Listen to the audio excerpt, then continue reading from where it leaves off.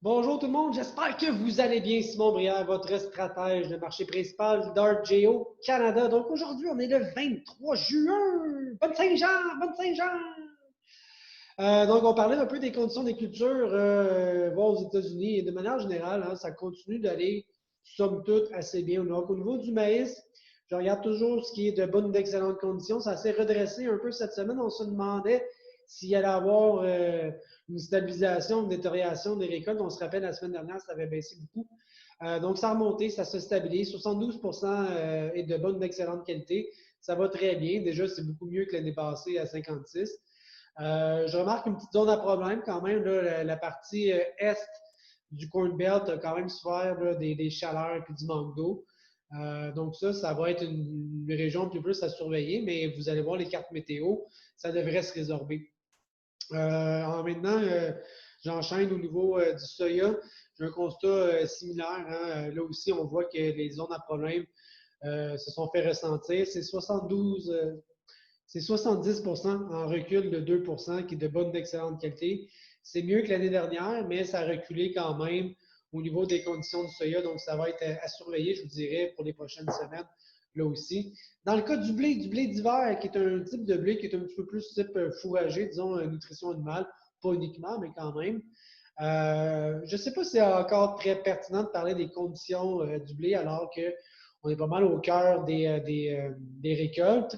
Mais somme toute, quand même, ça a augmenté de 2 On est à 52. C'est plus faible que l'année dernière. Et puis, ben, on dirait, c'est drôle qu'il soit juste à la hausse de 2. Il y a quand même plusieurs endroits que ça a redressé beaucoup. C'est comme ça. En fait, comme je le disais, les récoltes, on est rendu à 30 actuellement. OK? 29 je dis 30, mais j'ai arrondi. Hein? On est à 29. La semaine dernière, on était à 15. On est pas mal tout dans les temps. OK? Habituellement, on est à 26 de récoltés à ce temps-ci. Et là, on est à 29. Okay? Légèrement en avance, mais pas tant. Et là, on va commencer à progresser là, les récoltes vers le nord. Et et pour l'instant, bon, ben, les cultures sont là. Pour ce qui est du blé de printemps, qui est plus un type de blé panifiable, là, j'ai remarqué un gros recul dans les conditions. On est à 75 de bonne d'excellence, une baisse de 6, et on est essentiellement au même niveau que l'année dernière.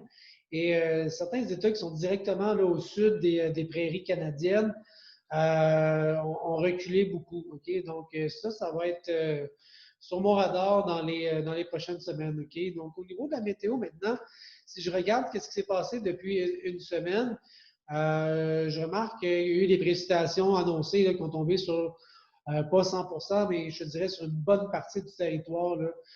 Tout ce qui est en vert a reçu aux alentours de 1 à quasiment 2 pouces d'eau. Et les endroits en jaune ou en rouge, mais là, ça va être encore plus de précipitations. Et ça, vous allez voir, oui, c'est vrai qu'il y a certains endroits un peu plus isolés, mais de manière générale, dans la dernière semaine, a eu des précipitations assez nécessaires. Et ce qui s'en vient pour les 7 prochains jours, ben, c'est aussi de la pluie, surtout dans les régions, comme je l'avais dit, là, qui étaient un petit peu plus problématiques, dans le nord-est du Midwest. Donc, ça va recevoir, là, comme je regarde là, tout ce qui est bleu à orange-mauve, ça va recevoir 1 à 2 pouces d'eau dans les 7 prochains jours. C'est très bien. Et ensuite, ça, dans les cartes plutôt long terme, je remarque bon, ben, de la chaleur qui va être accompagnée quand même des possibilités de précipitation un petit peu plus élevées, sauf à certains endroits. Et ça, ben, ça va mener du 1er au 7 juillet. Donc, d'ici au 7 juillet, je ne trouve pas que les forecasts météo sont extrêmement difficiles aux États-Unis. Et c'est ce qui explique, selon moi, la baisse des cours qu'on a vécu là, depuis le début de la semaine, là, où le maïs a perdu essentiellement 10 cents depuis 2 séances. Pour nous, localement, on parle de la Saint-Jean. On sait très bien que nos cultures locales n'ont très, très peu, en fait, n'ont aucun impact sur les prix à la Bourse de Chicago. Et depuis 30 jours, là, c'est très, très sec au Québec. C'est même à l'est de l'Ottawa. On a reçu là, peut-être moins de 40 des précipitations habituelles. Donc ça va être une situation qui il est peut-être un peu de bonheur pour